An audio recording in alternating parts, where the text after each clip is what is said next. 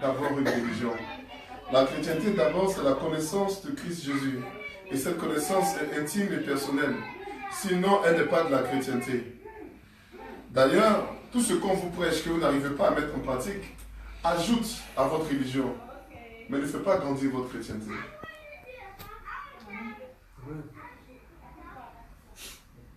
Ne dis pas, c'est pas grave. Je vais commencer. Applause à l'Éternel. Tout ce qu'on te prêche que tu ne mets pas en pratique, ajoute à ta religion, n'ajoute pas à ta chrétienté. Parce que le but de Dieu en nous donnant la Bible, ce n'est pas que nous la connaissions, c'est que la Bible nous amène à une relation avec lui. Amen. Si ta connaissance biblique ne t'emmène pas à Dieu le Père, ta connaissance biblique est vaine et non avenue. Je l'ai expliqué et je l'ai enseigné. Je dis, on dit Jésus est la parole de Dieu. On dit la Bible est la parole de Dieu. Ça ne veut pas dire que Jésus est la Bible. Je reprends. On dit mouton c'est viande. On dit poulet c'est viande. Ça ne veut pas dire que mouton c'est poulet. Amen. Ouais, parce que poulet, quand c'est tabaski, on le mange. Poulet, quand c'est Noël, on le mange. Poulet, quand les invités viennent, on le mange. Poulet, il n'a pas de choix. Poulet, c'est un animal qui est créé pour ne pas avoir de choix. C'est l'exemple concret. C'est une parabole vivante de savoir que nous devons nous éloigner très loin de cet animal-là. Poulet, il se lève matin et picole jusqu'à ce qu'il dorme. Il fait quoi de sa vie? C'est une parabole vivante pour nous les chrétiens. Je suis venu vous dire aujourd'hui que j'ai grandi dans la foi chrétienne. Et aujourd'hui, malgré mon jeune âge et ma barbe blanche, près de 20 ans d'exercice charismatique. J'ai été baptisé bébé. J'ai fait ma première communion à l'école catholique. Ma confirmation à l'école catholique. Et Dieu merci, comme tout le monde, je l'ai fait. J'ai commencé à vivre ma vie. Puisque pour nous, les chrétiens et beaucoup de catholiques, on fait la confirmation pour dire qu'on a fini avec l'église. Maintenant, je suis confirmé, j'ai fait Congo. Je suis confirmé, j'ai tous les sacrements. Alors que c'est là que ça devait commencer, c'est maintenant que nous finissons. Dieu est de bonne humeur. Et alors, j'ai rencontré Christ personnellement, véritablement, alors que j'étais à une évangélisation. J'ai été invité à un groupe de prière et j'ai vu quelqu'un prier et ça m'a plu que quelqu'un puisse parler au nom de Dieu. Je me suis rendu compte qu'on peut parler au nom de Dieu. Et j'ai dit, Seigneur, je peux parler dans ton nom. Et depuis ce jour, mon aventure a commencé. Vous savez, dans la Bible, il y a 3 choses qui sont doubles. Il y a le Saint des Saints, il y a le Cantique des Cantiques, et puis il y a le Shabbat des Shabbats. Ce sont ces 3 choses-là qui ont été décrites comme ça. Et je vais prendre chacune de ces choses pour vous décrire un peu ce que j'ai pu expérimenter jusqu'à aujourd'hui. Parce que même si j'ai vécu 20 ans d'exercice spirituel charismatique, je dois vous avouer qu'il y a eu autant de désaccords, de palabres, de rejets, qu'il y a eu de joie, de miracles et de choses merveilleuses. J'ai vu les deux. Et je m'arrête là pour vous dire que quel que soit le prix à payer, ça en vaut la peine. Parce que j'ai vu qu'avec des frères à l'université, nous avons commencé ensemble. Et ils n'ont pas connu Dieu. Ou ils ont fait comme moi, ils ont connu Dieu jusqu'à la confirmation. Et ils ont commencé à vivre une vie normale. Et quand j'ai fait la rencontre intime avec Christ, jusqu'à aujourd'hui, on s'assoit et on parle. Je sais, beaucoup de gens se servent de Dieu parce qu'il y a 2 catégories de serviteurs. Ceux qui servent Dieu et ceux qui se servent de Dieu. Et beaucoup viennent à Dieu pour se servir de lui. Au point où quand ils n'ont pas ce qu'ils veulent, ils se fâchent avec Dieu. Comme si Dieu leur avait dit, venez à moi et moi je vais faire tout ce que vous voulez comme vous voulez. Ce n'est pas un verset dans la Bible. Aussi vrai que aime-toi le ciel t'aidera n'est pas dans la Bible ne dit pas, viens à moi, fais ce que tu veux, comme tu veux, je te donnerai ce que tu veux. Ça n'existe pas dans la Bible. Or, nous savons que la Bible fait partie des révélations de la présence de Dieu. Et Dieu lui-même ne peut pas être contenu dans la Bible, c'est vrai. Mais à travers la Bible, nous avons libre accès au trône de la grâce. Car les paroles qu'il nous a données à travers les prophètes, à travers les âges, sont des paroles qui nous conduisent à une relation. Notre Dieu n'est pas un Dieu qui parle et sa parole est figée. Vous savez très bien que chaque catégorie de chrétiens, chaque groupe, chaque mouvement de Dieu qui a été fait par le Saint-Esprit, lorsqu'il a été érigé en monument, que le mouvement suivant a suivi, eh bien, ce groupe-là s'est levé pour critiquer, pour rejeter le nouveau mouvement sous prétexte que ce n'est pas comme ça que Dieu agit. Lorsque dans l'église, le mouvement de guérison a commencé, ça a été rejeté par ceux qui avaient commencé le mouvement des parler en langue. Lorsque le mouvement prophétique a commencé, actuellement il bat son plein. Il y a des prophètes qui sont étonnants dans l'église. Il y a des prophètes qui se font des choses au point où même les anciens prophètes disent c'est des sorciers. Parce que le mouvement prophétique a commencé à prendre une allure merveilleuse. Si tu as raté le mouvement prophétique, c'est pas grave. Il y a un autre mouvement qui arrive, je te préviens. On voit les prophètes d'aujourd'hui bien sapés, bien habillés, bien... Parce qu'ils ont compris un principe. Je ne les plains pas, je ne dis pas non plus qu'ils ont raison. Mais ils ont compris un principe. C'est que si Dieu est vraiment avec toi, il y a des choses qui doivent être vues dans ta vie. Je reprends. S'il y a un aspect de ta vie qui est encore dans la prospérité et qui est encore dans la pauvreté et qui ne connaît pas la prospérité, c'est généralement parce qu'il est sous l'influence des mensonges. Ne dis pas amen, c'est pas grave, je vais continuer. Parce que la vérité, ça peut rougir les yeux. Et ça ne les cache pas.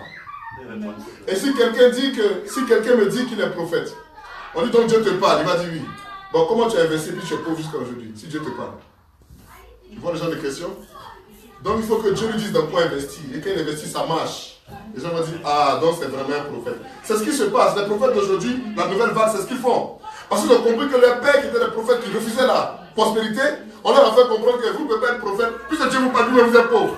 Vous venez nous voir pour avoir l'argent. Donc eux ils disent dans ces cas-là, Seigneur, dis-moi ce dans quoi il faut investir. Et vous avez vu que même au niveau de l'OMD, le Seigneur nous dit ce dans quoi on doit investir. Et si lui dit d'arrêter l'investissement, il dit arrêtez les investissements. Parce que Dieu sait. Dieu sait. Il y a trois choses que la Bible nous enseigne qui sont doubles. Le Saint des Saints, le Cantique des Cantiques et le Shabbat des Shabbats. Je vais commencer par vous dire que dans ma vie de témoignage, j'ai vu des hommes avec qui j'ai commencé l'œuvre de Dieu. Et je me suis rendu compte que parmi tous ceux avec qui j'ai commencé, ceux qui ont insisté, ceux qui sont restés fidèles, aucun d'eux n'est tombé jusqu'à aujourd'hui. Vous avez vu mon ami Habakkuk. Vous ne connaissez pas mon berger Alain. Même chose. Tous ceux qui sont restés fidèles à Dieu, avec qui j'ai commencé le mouvement charismatique, ils sont tous placés. Si tu n'es pas prête, tu travailles.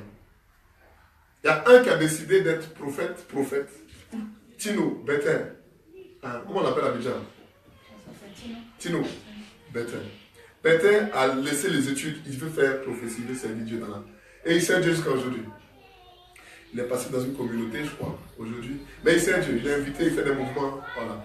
Il n'a pas raté la vague prophétique. Il y est encore. Je vais donc te dire une chose. C'est que la fidélité de Dieu durera toujours. Et ce qu'il dit, parce que Dieu n'est pas un homme, il ne peut pas mentir. Si tu es fidèle à Dieu, il n'y a pas de raison qu'il ne soit pas fidèle avec toi. J'expliquais à une de mes sœurs aujourd'hui que Dieu est un Dieu qui sait tout. Et savoir tout ne veut pas dire faire tout. Avoir tout pouvoir ne veut pas dire exercer tout pouvoir. C'est deux choses différentes. Dieu sait tout, ça veut dire que Dieu connaît toutes les probabilités dans lesquelles tu vis et toutes les probabilités que tu peux utiliser pour arriver là où tu dois arriver. Dieu connaît les meilleures choses qu'elles doivent être. La meilleure probabilité, par exemple, pour le Christ, c'était lorsqu'il a été baptisé, d'être conduit au désert. Beaucoup parmi nous aujourd'hui, si Dieu dit je te conduis au désert, tu as dit non. Ce n'est pas de Dieu. Dieu me bénit, je vais être béni. Pourquoi il y a au désert? Alors que c'était la meilleure probabilité pour le Christ. Encore une fois, une des meilleures probabilités que Dieu a choisies pour le Christ, c'était la croix. Amen. On ne dit pas amen, c'est pas grave, je sais que ça fait mal. La croix a été la meilleure probabilité pour le Christ. Donc un chrétien se lève et dit que la volonté de Dieu se fait dans ma vie. Mais quand quelque chose de mauvais arrive, ce n'est pas Dieu, c'est le diable. Pose-toi encore des questions.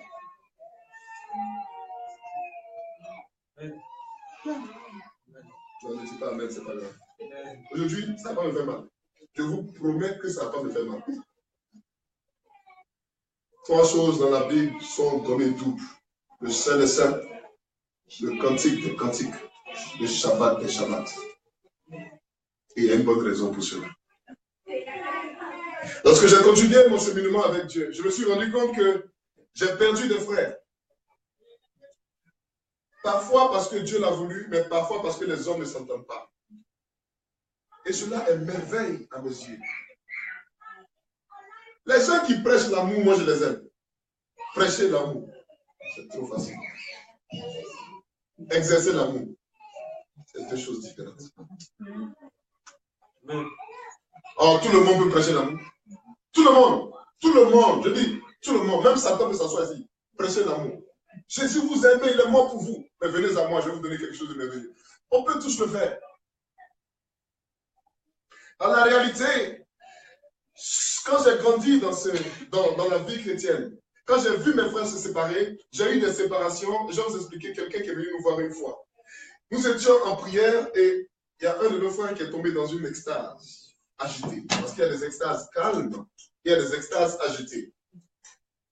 Et dans son extase agitée, il ne pouvait pas parler. Sa bouche était fermée. Il essayait de nous communiquer quelque chose, mais il dit sa bouche. On comprenait que sa bouche ne pouvait pas parler. Alors, nous, les grands charismatiques du temps, on a mis la main sur lui. Au nom de Jésus, Satan, libère-le.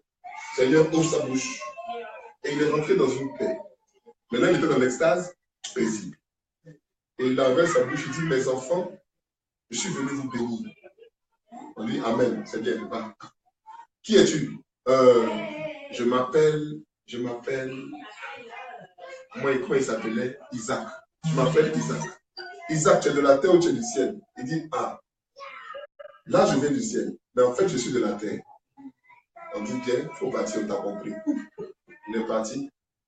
On dit, mon frère, lève-toi, tu es là. Mon frère, maintenant, se lève. Il dit, mes enfants, c'est moi, le Seigneur. On dit, Seigneur, c'est toi. Il dit, oui. J'ai envoyé mon serviteur, vous ne m'avez pas compris. Je viens donc moi-même vous dire que je vous donne la bénédiction. Amen. J'ai reçu la bénédiction du Seigneur en direct. Je l'ai vécu. Et ce frère qui lui-même était plein de l'Esprit de Dieu, qui nous parlait de la sorte, et qui était capable d'arriver dans notre assemblée, et puis il dit que la couleur de caleçon que tu as portée. Ah, mon frère était devenu grave. Quand Jésus est parti, il te regarde, il dit, la fille qui est là-bas, elle a porté caleçon rouge. Et Dieu dit le caleçon qu'elle porte, c'est parce que la sorcière qui la possède est une sorcière. Et puis il va te parler. Il était innocent, il devait avoir 16 ans, 17 ans. Lui, il a arrêté l'église, il a arrêté l'œuvre de Dieu. Il était jeune, on n'a pas pu l'encadrer. On aimait Dieu de tout notre cœur, ça c'est vrai. On n'avait pas acquis la sagesse et l'expérience de savoir que dans une communauté, il y a des besoins qui ont besoin d'être. Il y a des besoins qui doivent être remplis. Il y a des choses qui doivent être mises sur place, sur pied. Et quand je parle, c'est peut-être avec un peu de regret. Mais je sais que ce n'était pas notre faute. Moi, j'avais quel âge? 19 ans. J'avais 19 ans. L'enfant a 16 ans. On fait comment? Pour manger, on se débrouillait. On se débrouillait. Ce que nos parents nous donnent, c'est ce qu'on mange. Si nos parents nous mettent dehors, parce que lui, on l'a mis dehors, son père l'a mis dehors, eh bien, il vient chez nous pour manger. Et on prie. Et on prie toute la nuit. Et il pleure toute la nuit. Jusqu'au matin. Il se lève, il repart. Son père dit, je ne veux pas que vous restiez. Je dis que je ne veux pas que mes enfants soient chrétiens. Quand sa mère est tombée malade, ils sont allés à Djoufou se faire laver. Je vois mon frère revenir avec du kaolin sur le visage. On dit chez nous, kaolin partout, blanc, comme un visage pâle. Je dis, frère, qu'est-ce qu'il y a? Il dit, maman était malade, on nous a dit de nous laver. Il dit, on t'a lavé où? Il dit, la dame l'a pris une eau, elle a prié dessus, elle nous a lavé. Il dit, c'est une chrétienne. Il dit, non. Il dit, donc tu t'es fait laver. Il dit, mais tu ne sais pas que celui qui était en toi est plus grand que celui qui était dans la dame. Il dit, j'ai fait comment? Je dépends de mes parents. À 16 ans, 19 ans, j'avais déjà compris que avoir Dieu ne suffisait pas. Comprenez d'où je viens lorsque je vous dis qu'il faut une communauté de vie en Angleterre. Comprenez d'où je viens. Je ne me suis pas levé avec une vision. Je me suis couché, Dieu a dit, mon fils, crée une communauté qui va s'appeler. C'est pas comme ça que ça m'est venu. Dieu ne m'a pas dit, crée une communauté. J'ai vu la souffrance de mes frères et j'ai interrogé Dieu. Et Dieu m'a fait comprendre, c'est une matière d'inspiration, qu'il y a des frères parmi vous qui auront besoin d'une communauté pour pouvoir maintenir leur foi. Parce que sans la communauté, ils ne pourront pas, ils ne tiendront pas. Alors nous faisons une communauté. Mais je vais vous expliquer comment ça a été un chemin difficile de créer une communauté, telle que nous la vivons aujourd'hui. Quand je vois des gens se lever, hier j'ai vu des gens se lever, venir m'embrasser. Tout. Frère, comment tu vas? Ça va, et toi, ça va. Qui étaient assis ici dans la communauté avec nous. Et qui en partant, on dit, il n'y a pas d'amour dans la communauté, c'est pour ça qu'on sort. Et ils sont sortis. Ils ont fait pour eux. Ah. Ils ont fait pour eux. On va dire quoi? C'est bon? C'est Dieu, on sait? Ou bien? Bon, votre amour là maintenant, là, vous avez ça. Votre onction, vous êtes pris ici, vous avez ça. On ne vous voit plus. On s'est rendu compte que la mission maintenant même est devenue autre chose. Vous voulez le servir maintenant, Dieu, vous vous servez vous-même.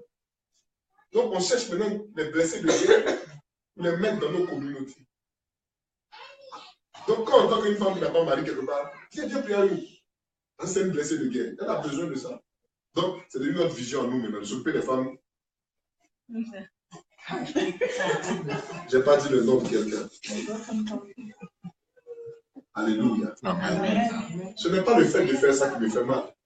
C'est quand tu t'arrêtes pour dire que l'autre n'est pas bien. Et que tu te rends compte que quand tu vis ça, tu te rends compte que la vie chrétienne n'est pas facile. Et ce que des hommes se sont mis ensemble pour construire, tu n'as pas le droit de le détruire. Et le bas. Il y a 3 choses dans la vie qui sont répétées. Le Shabbat des Shabbats, le cantique des cantiques, le Saint des Saints.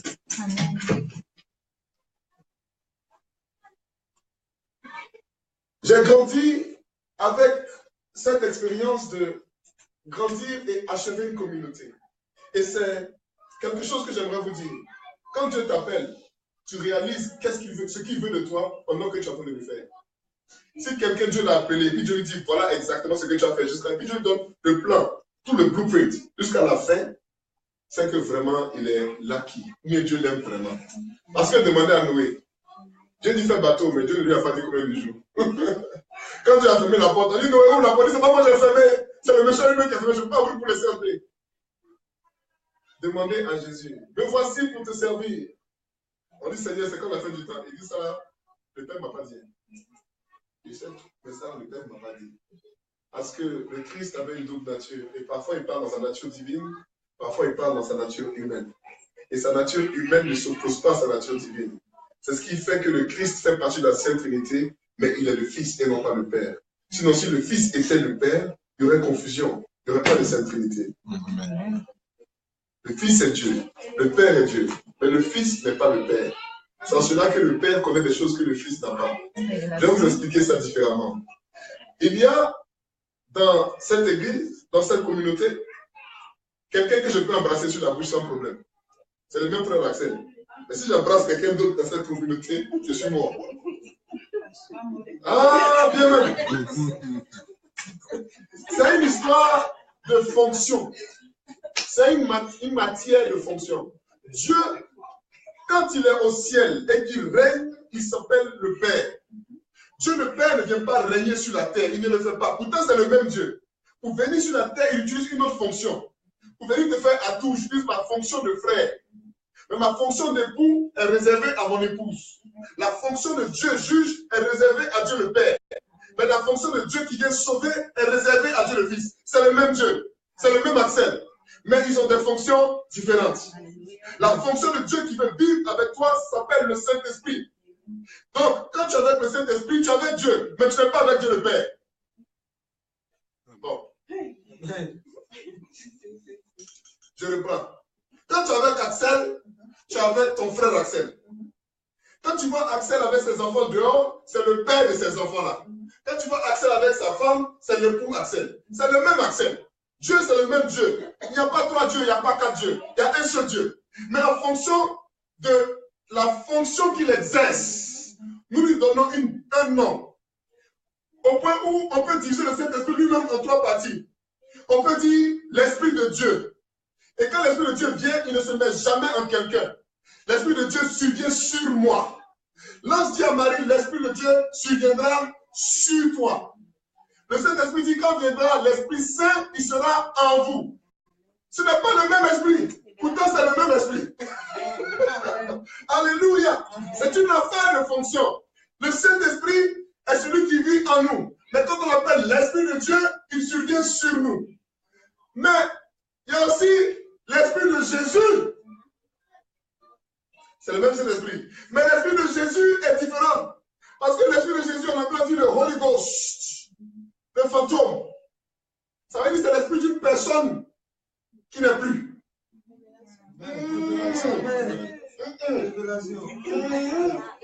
On y va, allons-y seulement. Allons-y seulement. Allons-y seulement. Holy Ghost. C'est un saint ghost. Un fantôme saint. Ça veut dire qu'il appartenait à une personne vivante qui est morte et décédée. Donc quand Jésus dit, je vous enverrai mon esprit, il ne parle pas du Saint-Esprit.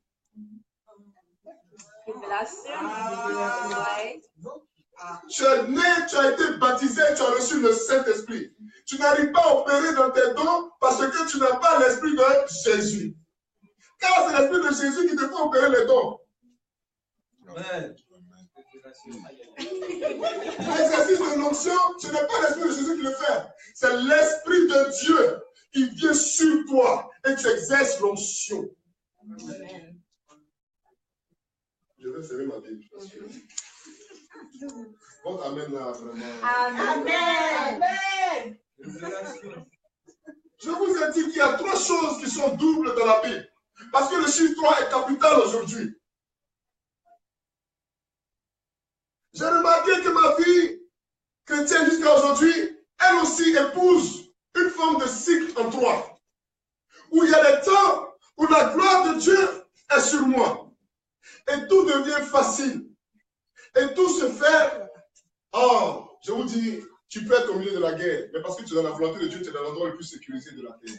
Il faut mettre ça sur le Twitter. Tu peux être au milieu de la guerre, mais parce que tu es dans la volonté de Dieu, tu es dans l'endroit le plus sécurisé de la terre.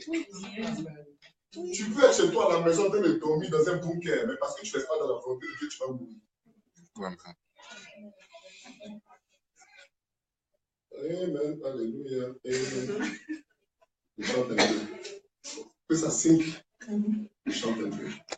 Je chanterai de tout cœur les merveilles de mon papa Yahweh. Il m'a ôté des ténèbres. Il m'a délivré. Amen. Quand tu as Dieu avec toi, ta vie change de sens parce que Dieu fait de toi un modèle de vie en fonction de la fonction. Mon français devient en mathématisé. Dépendant de la fonction que tu exerces dans son peuple. Si tu dis que tu es prophète, que Dieu t'établit prophète dans une communauté, ça veut dire que Dieu veut se servir de ta vie comme modèle de choses à venir pour ta communauté. Amen. Ensemble, si la bénédiction vient dans la communauté, en tant que prophète, tu dois vivre la bénédiction avant la communauté. Amen. Si quelque chose doit taper la communauté, tu dois le vivre avant que la communauté ne le vive. Amen. C'est pourquoi, pour moi, je ne fatigue plus. Quand je veux voir où la communauté en est, je regarde à mes prophètes. Rita, désolé de te le dire, je t'ai observé depuis ton jeune âge. Mener, tes cœurs ou passer. On t'a mesuré. Quand vous avez des prophètes parmi vous, des gens que Dieu élève au rang de prophète, parce que élever au rang de prophète, ça ne veut pas dire que tu as directement l'office du prophète. C'est des choses différentes. Il faut me croire.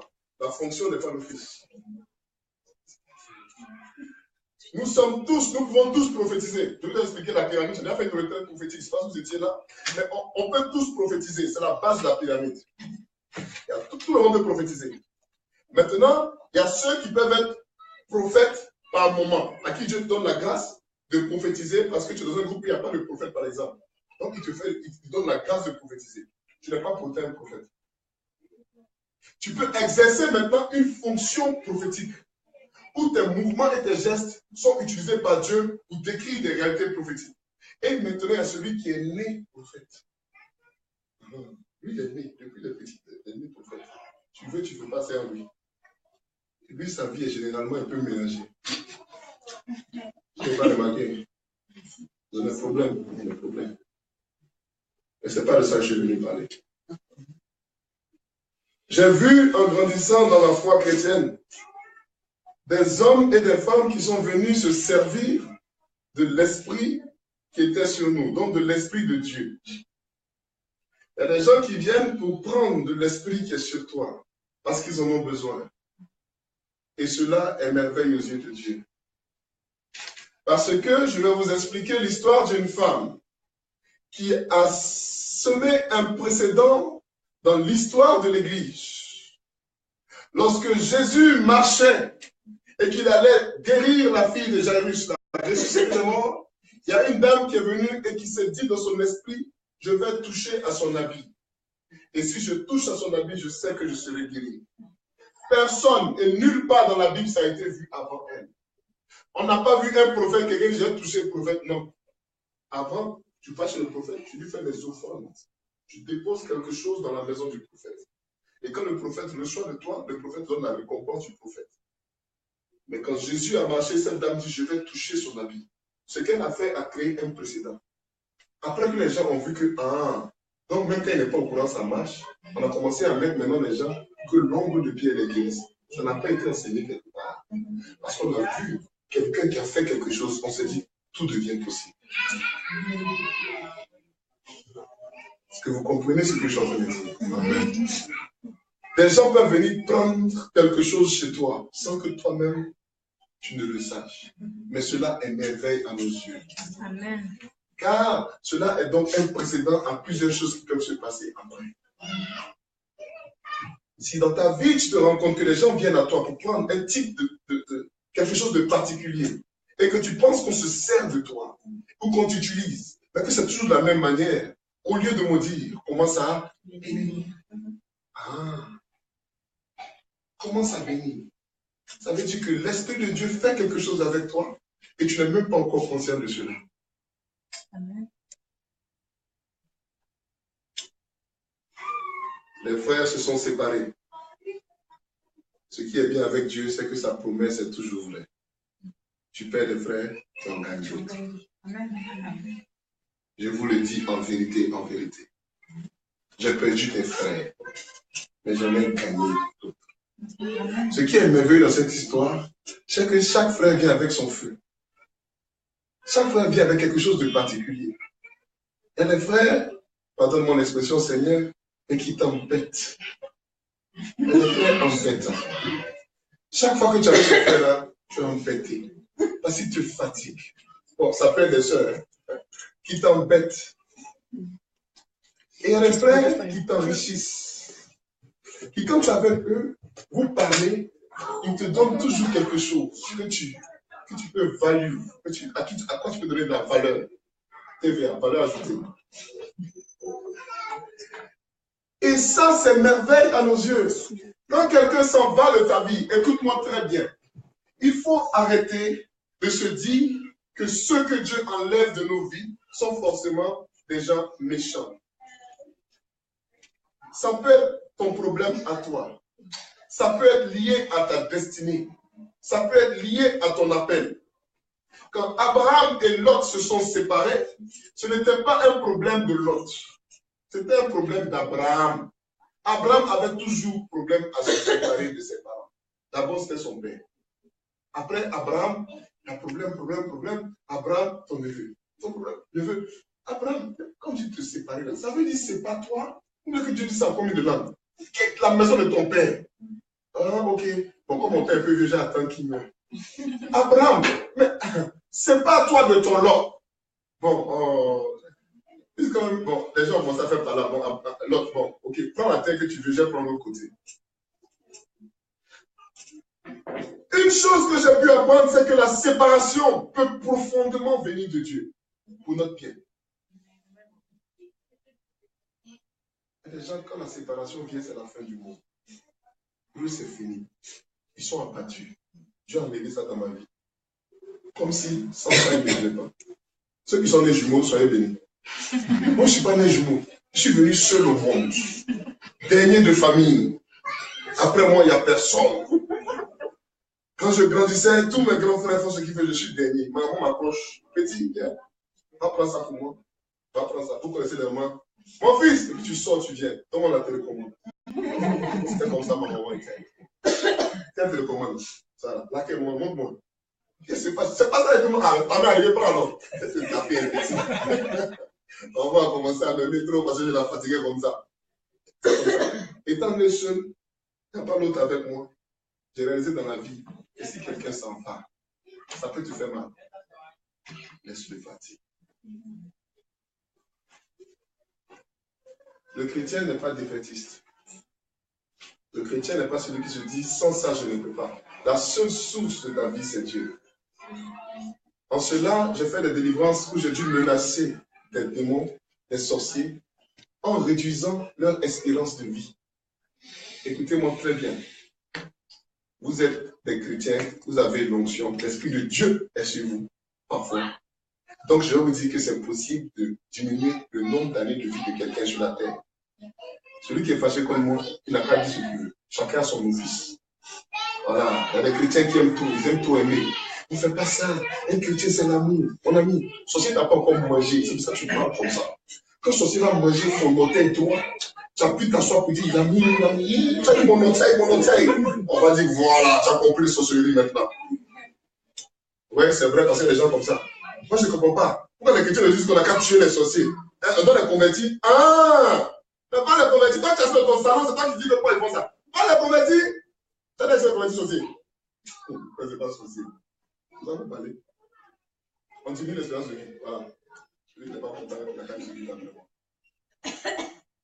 une dame empêchait un couple chrétien que je connais bien d'avoir des enfants.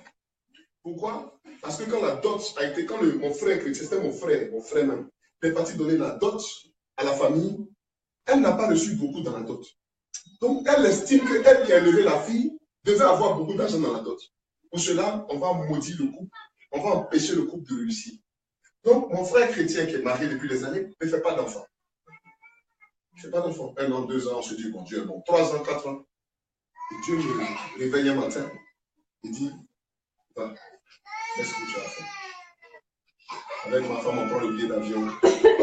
Dès que j'arrive à l'aéroport, je prends mes affaires, j'arrive à la maison, je dépose mes affaires à la maison, je m'en vais directement à mon frère. Je lui à la maison.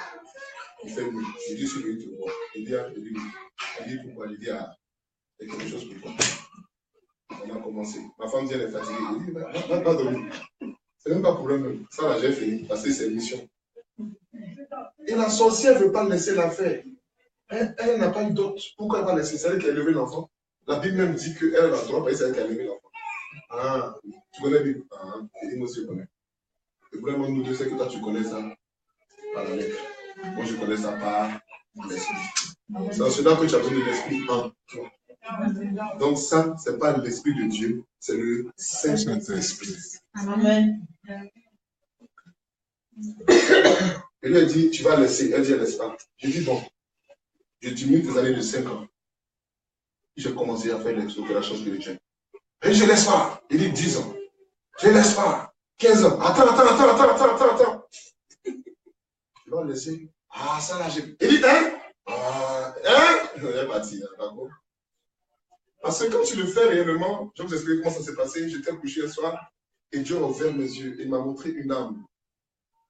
Et il m'a montré sa main aller jusqu'à la source. Il dit, voici ce qu'on appelle la source de la vie. Je l'ai eu en extase. Il m'a montré la source de la vie. C'est un petit truc de lumière comme ça. Il dit, si j'enlève ça, l'homme meurt. La source de la vie, c'est quelque chose de tellement fragile chez l'homme, tellement petit chez l'homme. Et quand tu vas lire la Bible, tu vas voir comment c'est décrit. Le souffle de l'homme est comme la fleur des champs, comme il se fane. C'est rien du tout. Et depuis que chaque fois que m'a donné cette vision, moi j'ai vu la mer, il m'a dit, voici la source. Donc j'ai compris, j'ai vu, j'ai bien compris, j'ai compris que quelque chose s'appelait la source. Première délivrance, j'ai essayé, j'ai dit, je touche à la source. Le diable dit, ah, c'est moi, je m'en vais. Ah, c'est vrai, il y a une source de vie. Il faut expérimenter.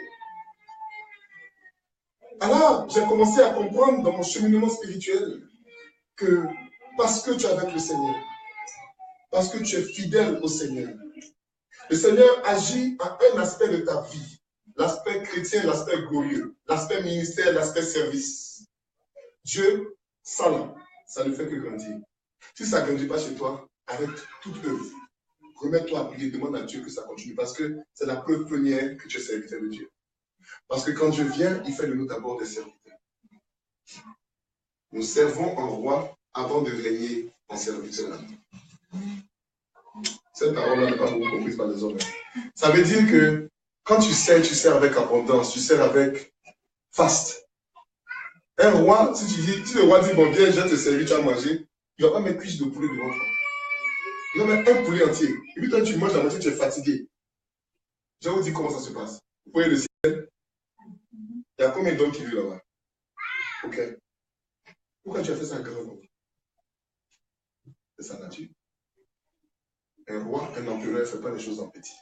C'est pour ça que le ciel est grand. Puis il y a plein d'étoiles. Et puis on a une petite, la terre est petite comme ça. Et puis tu vois plein d'étoiles dans le ciel. Ah Dieu. Ça peut te montrer que lui, quand il sert en roi. Ça se comprend maintenant. C'est ce qu'on appelle servir en roi. Si tu vas voir le roi et dis viens manger chez moi. Merci Seigneur. Seigneur vient de mettre quelque chose à l'esprit. Une réflexion qui m'était venue. Vous savez ce qu'on appelle les roitelets? Les roitelets. Vous connaissez It's no good. Les Africains veulent tous être des roitelets, des petits rois. Et c'est le problème. Oh, Seigneur, pardonne-moi. Je ne sais pas ce que je suis venu prêcher. Mais il faut que je vous le dise. C'est le problème des communautés francophones africaines. Tout le monde est roitelé. Le roi, si tu viens chez moi à midi, quand tu arrives à midi, on dit le roi encore dans la salle. Il vient te trouver là où tu as invité. Lui-même t'a invité, il vient te trouver à midi 15. C'est comme ça que le roi fait. C'est un roi. Comme tous les Africains sont des roitelés, on dit on commence à midi, il faut que tu arrives à 16h. C'est de là que ça vient m'expliquer l'esprit du Seigneur. Chacun est boss. Personne ne peut attendre. L'autre peut se roiteler aussi. On dit l'anniversaire est à midi. On va arriver à 13h. Ça dépend, hein. Togo, eux c'est 18h. Côte d'Ivoire c'est 14h15. Congo, 16h55. Jean-Richard, est-ce que je m'en... Non, c'est dans le sang des Africains. C'est des roitelets. C'est ceux qui n'ont pas compris le sens de la royauté. Quand la reine t'invite, vous dites, venez chez moi à 18h. À 18h, son staff est là pour te recevoir.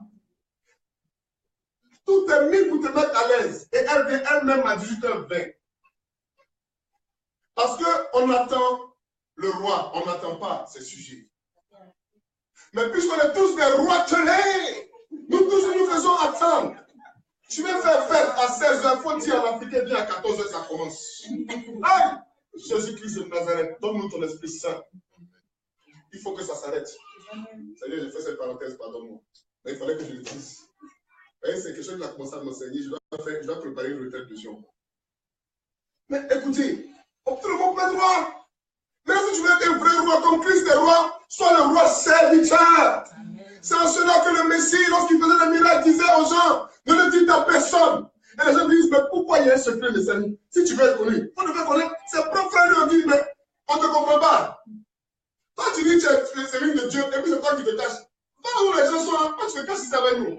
Il dit, mon temps n'est pas encore arrivé. Vous, votre temps est toujours bon. Mon temps n'est pas encore arrivé. Parce que si les gens comprenaient que c'est comme ça un roi, beaucoup de gens allaient gâter le ministère de Christ. Il est venu servir. On va le détruire. Et cette mentalité nous détruit. Je vais continuer mon enseignement. Allez, si je continue dans ça là, c'est retraite, ça va faire comme ça. Oh, ça c'est la retraite. C'est le secret qu'on ne donne pas à tout le monde, c'est retraite. La Bible en donne à tout le monde. Les réflexions du Saint-Esprit, on donne au Jésus de choisir. Ce n'est pas moi qui ai créé ça comme ça. C'est lui-même qui nous enseignait ça. Vous ne savez pas que Jésus avait plus de 1000 suiveurs. 120 disciples. 120 disciples. 12 apôtres. 3 intimes. Ce n'est pas moi qui ai créé, c'est lui-même qui l'a dit.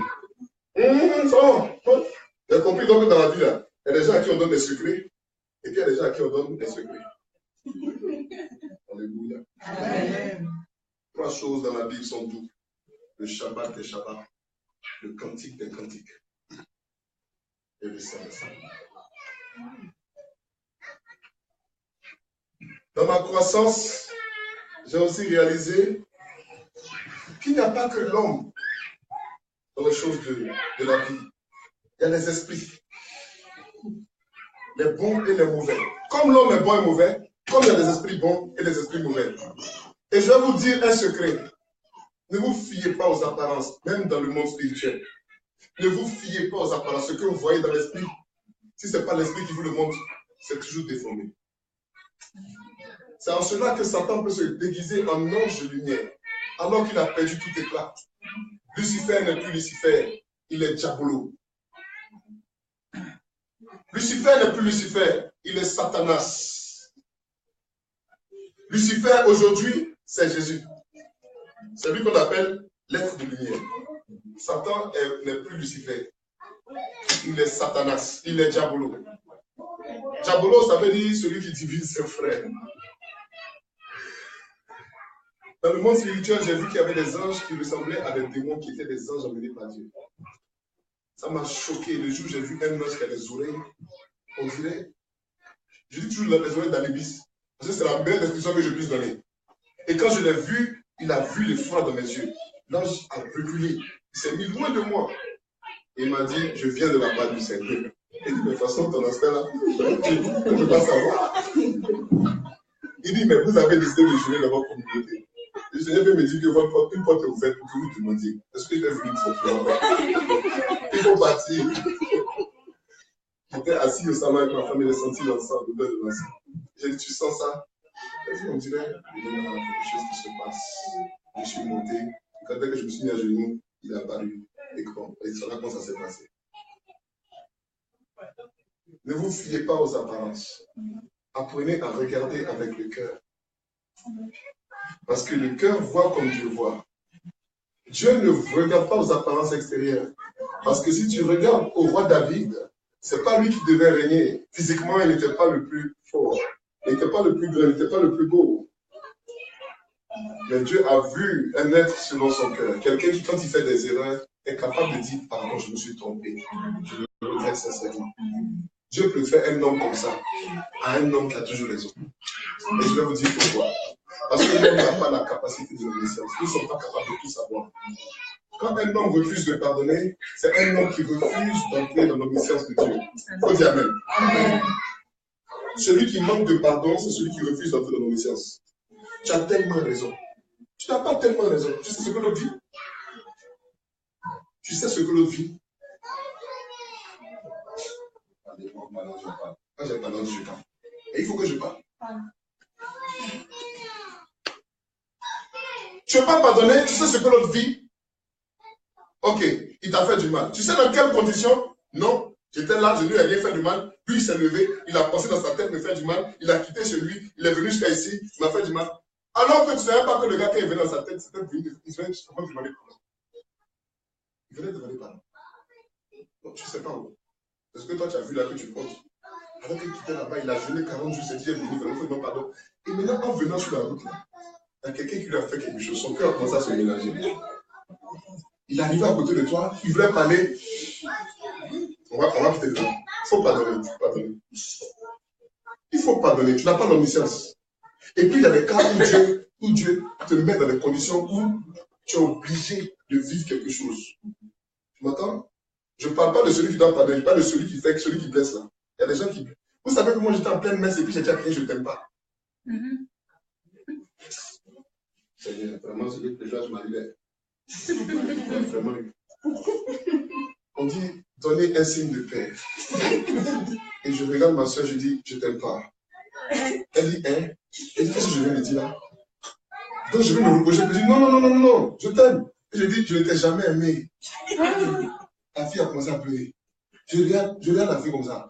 Je regarde les qualités là-bas. Je dis, mais qu'est-ce que tu m'as dit? La fille a poussé dans son cœur aujourd'hui. Hein. Ça a été Dieu pour me pardonner. Mais c'est pas moi qui j'ai dit. C'est pas d'où c'est venu. Seigneur, pardonne-moi. Peut-être que je ne l'ai pas. Je sais pas d'où c'est venu. Et il y a des cas comme ça où Dieu va te mettre dans un endroit où tu vas quand même comprendre que si on ne te pardonne pas, tu ne vas jamais comprendre le sens de la vie communautaire, de la vie avec quelqu'un. Et puis on ne pardonne pas parce qu'on a raison. On ne pardonne pas parce qu'on a raison. Sinon, tu n'as pas besoin de pardonner. Je reprends. On ne pardonne pas parce qu'on a raison. Parce qu'il y a des gens qui disent que j'ai pardonné seulement s'il reconnaît que ce qu'il a fait est mauvais. Non, tu lui dis, je lui pardonne, dans ta tête, tu vas te dire, de toute façon, j'ai raison. Non, ça c'est faux. Il y a des gens qui disent qu'il n'a qu'à reconnaître d'abord qu'il a tort, je vais pardonner. Elle n'a qu'à reconnaître qu'il a tort, je vais pardonner. Mon ami, ça coûte combien par an? 10 ans. 10 000. 500. Combien? 3 millions. 400 DVA. Une basilique. Ça coûte combien? Rien du tout. Faut pas donner. 3 choses dans la Bible sont venues en double. Le Saint des Saints, le Cantique des Cantiques, le Shabbat des Shabbats. Pourquoi je vous ai dit ces choses? Parce que je suis arrivé après dans un moment dans ma vie où j'ai vu que l'homme était aimé par Dieu. Quel que soit ce qu'il faisait et ce qu'il était, Dieu l'aime. Parce que plus tu vis avec les hommes, moins tu as envie de les aimer. C'est en cela qu'on sait que quelqu'un a Dieu avec lui. Parce que les enfants de Dieu a juste un... Et puis il sert, et puis continue de servir. Sinon, quand tu vis avec l'homme, tu n'as pas envie d'aimer. Bon. Comme on ne dit pas, mais je vais vous dire les autres, on fait Amen. Ton père et ta maman, ils sont les ensemble. Soit tu demandais si les deux devaient être ensemble. Soit je comptais si les deux devaient être ensemble. Chien! Même pas là. Dès que les deux tournent sa figure, voilà moi qui parle maintenant. Ton père était là, vous n'avez rien dit, hein. Quand c'est pour le Dieu là, il faut le laisser partir, c'est chez moi on parle. Aïe, maman, nous tu es là, tu n'as rien dit. Voilà le jour maintenant qui a parlé de la bière, qu'elle n'est pas là. La bière a fait ce truc, elle est partie. Là, Dieu l'a fait. Bon, moi, on n'a pas parlé, c'est moi, il est venu bonne maintenant. C'est pas arrivé là. Hein? Ah bon, Dieu l'a fait son mal. Il n'a pas donné l'argent. C'est moi, il dépense son mal dans la maison. C'est là, un seul enfant, elle a fait 5. C'est moi, je dépense seulement. Et puis vous êtes assis de me dire, mais papa et maman, ils sont comment? Ils sont ensemble encore. Qu'est-ce que je vous dis? Il suffit avec l'homme pour être chargé. Mais il y a un secret. Ah, il y a un secret, il y a un secret. Soyez bénis. Le secret se trouve dans ce qu'on appelle le Shabbat des Shabbats. Il y a un repos dans lequel tu dois demeurer, qui doit éliminer de ta vie, donc de ton sein de sein, de ton cœur. Il y a un repos que tu dois connaître, un shalom qui doit te venir de Dieu, qui doit te donner d'éliminer dans ta vie tout ce qui ne te permet pas de vivre pleinement. Car le Christ est venu pour que nous ayons la vie en plénitude, en surabondance. Et lorsque ta vie n'est pas en surabondance, c'est certainement parce que tu ne vis pas le Shabbat. C'est-à-dire, tu n'es pas dans ce repos que Dieu demande.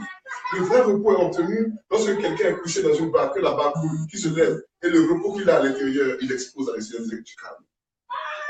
Lorsque Christ était dans la barque, et que l'eau s'est levée, et que Pierre a paniqué, et qu'il a réveillé Jésus, et que Jésus a dit, calmez-vous.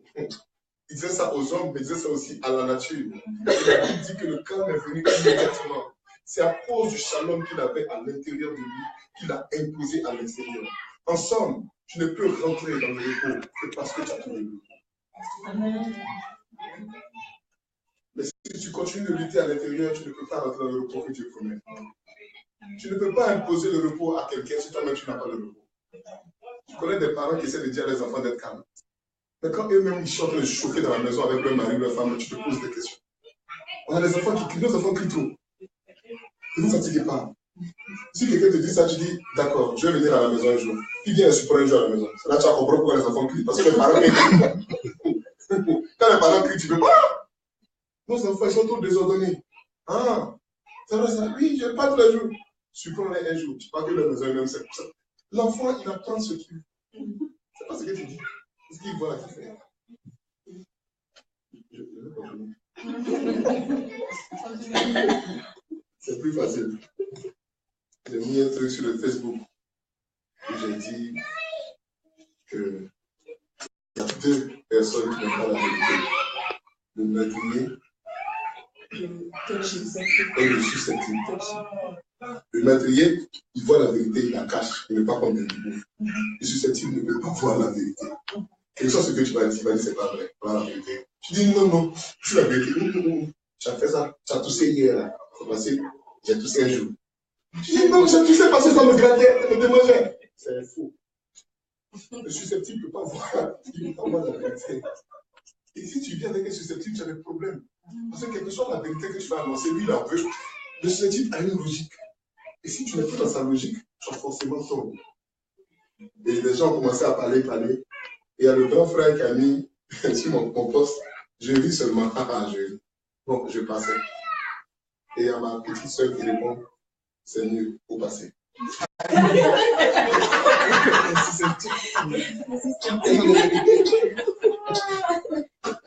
Oh, non, ça veut dire que c'est le mystique. C'est le mystique. Mais les deux se sont lancés quelque chose. Je peux répondre, hein? Elle est restée comme ça, ils n'ont qu'à se gérer parce que ça là. C'est ça. Alléluia. Trois choses sont doubles dans la Bible. Le Shabbat des Shabbats. Si nous faisons un Shabbat, si Dieu impose le Shabbat dans le thème comme dans le titre commandement, si Dieu au 7e jour de la création s'impose un Shabbat, c'est que Dieu nous fait comprendre que c'est une réalité importante dans la vie de l'homme. Seulement pour nous chrétiens, le Shabbat ne correspond pas à un jour, il correspond à une réalité du cœur. Ne dis pas Amen, c'est pas grave. Amen. Le Shabbat correspond à une réalité du cœur. Il faut que ton cœur connaisse la paix et le repos. C'est pour ça que je parlais. Parce que si tu n'arrives pas à pardonner, ton cœur emprisonne quelqu'un à l'intérieur. Et un prisonnier n'est jamais tranquille. Tu as déjà eu faim? Tu as déjà eu faim? Quand tu as faim, tu peux laisser tranquille. Chez nous, il y a un proverbe qui dit ça. L'homme qui a faim, c'est pour ça qu'il te laisse pas aussi. Tu enfermes quelqu'un dans ton cœur. Tu ne veux pas pardonner. Tu ne veux pas avoir la paix. Lui, il a enlevé la paix sur moi, il veut sortir. La deuxième chose, c'est le Saint des Saints. Il y avait le Saint dans le temple. Quand on entre dans le temple, il y avait le premier voile qu'on appelle le chemin. Quand tu passes le chemin, il y avait le deuxième voile. Et le deuxième voile te menait au Saint. Ça s'appelle la vérité. Et il y avait un dernier voile qu'on appelait la vie. Quand tu passes ce voile, tu es dans le Saint des Saints. Quand je dis je suis le chemin, la vérité, la vie, les Juifs comprenaient qu'il voulait dire je suis le temple. Parce qu'il y a les trois voiles qui te mènent à Dieu. Et alors, lorsqu'il dit on va au Saint des Saints, une seule personne avait accès au Saint des Saints, c'était le grand prêtre. Et il faisait une seule fois par année. Le Saint des Saints, c'est ton cœur. Le deuxième enseignement plus important que la Bible nous donne de savoir, sans nous l'enseigner directement, c'est de dire qu'il faut que ton cœur soit toujours ouvert à Dieu. Et fermé aux autres.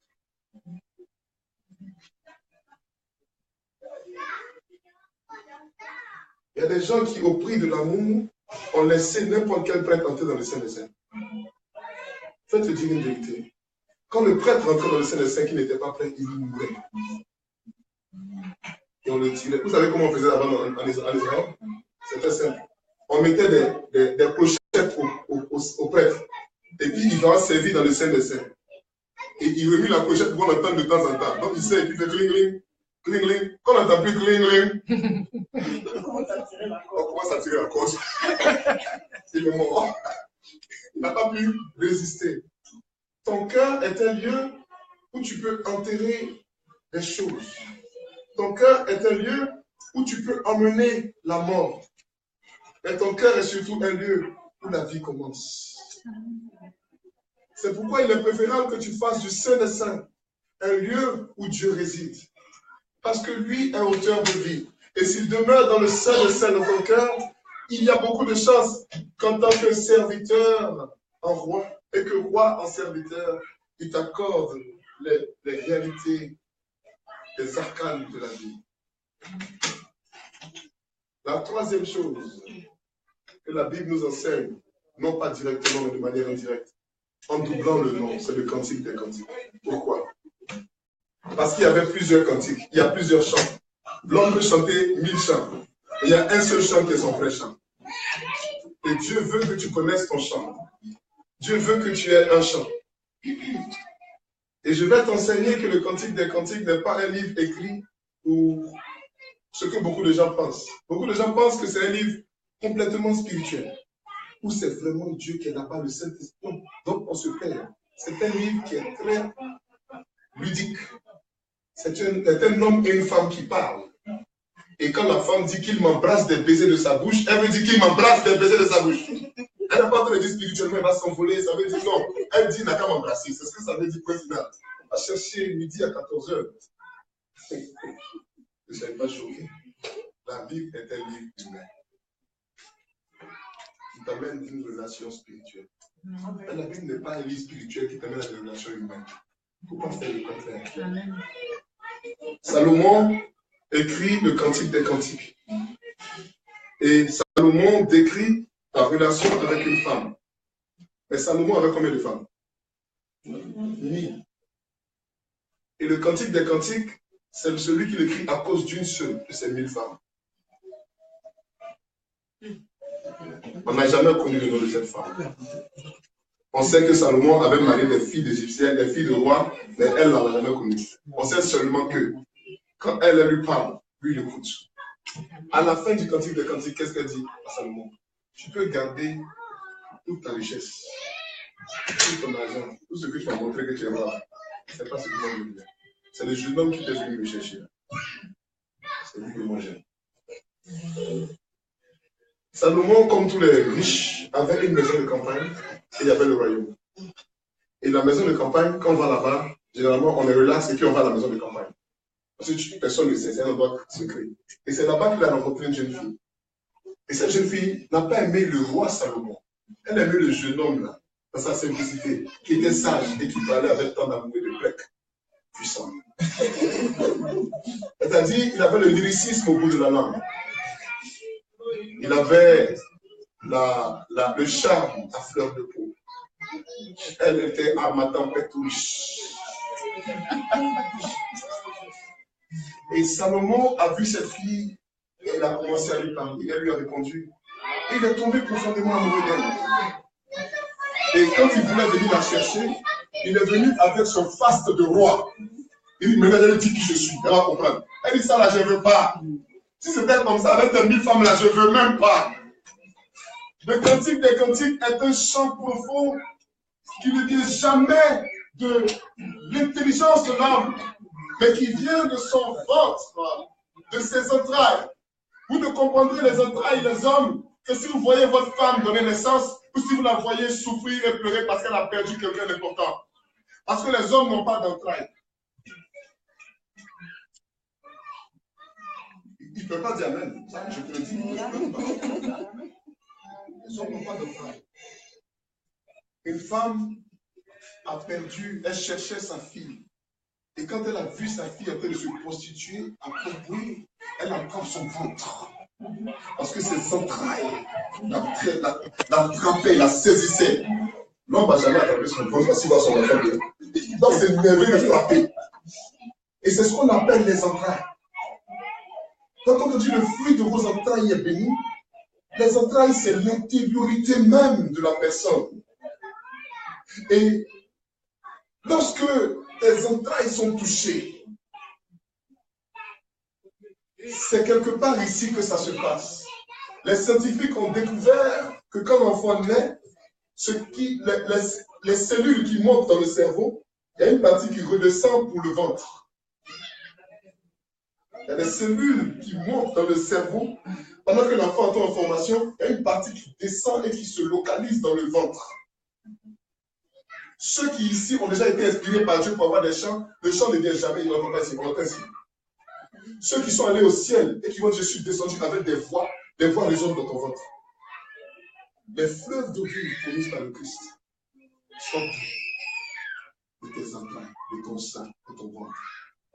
Ce n'est pas une activité intellectuelle. 3 choses sont écrites dans la Bible, en tout. Le Saint des Saints, ton cœur, que tu dois garder et préserver à tout prix. Pardonne et ferme ton cœur à jamais dans la présence de Dieu. Il ne faut pas dire de fermer ton cœur méchamment. Dans la présence de Dieu. C'est-à-dire, mets Dieu au centre, introduis Dieu dans ton cœur, qu'il soit roi de Dieu. Le Cantique des Cantiques. Il y a un chant que tu dois connaître. Je vais revenir là-dessus. Et le Shabbat des Shabbats, il faut que ton cœur soit bon. Ces 3 réalités nous sont enseignées par Dieu.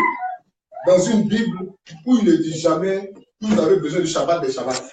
Où il ne dit jamais, il faut un cantique des cantiques. C'est pas Dieu qui l'a dit. La Bible nous le donne comme ça, comme en passant.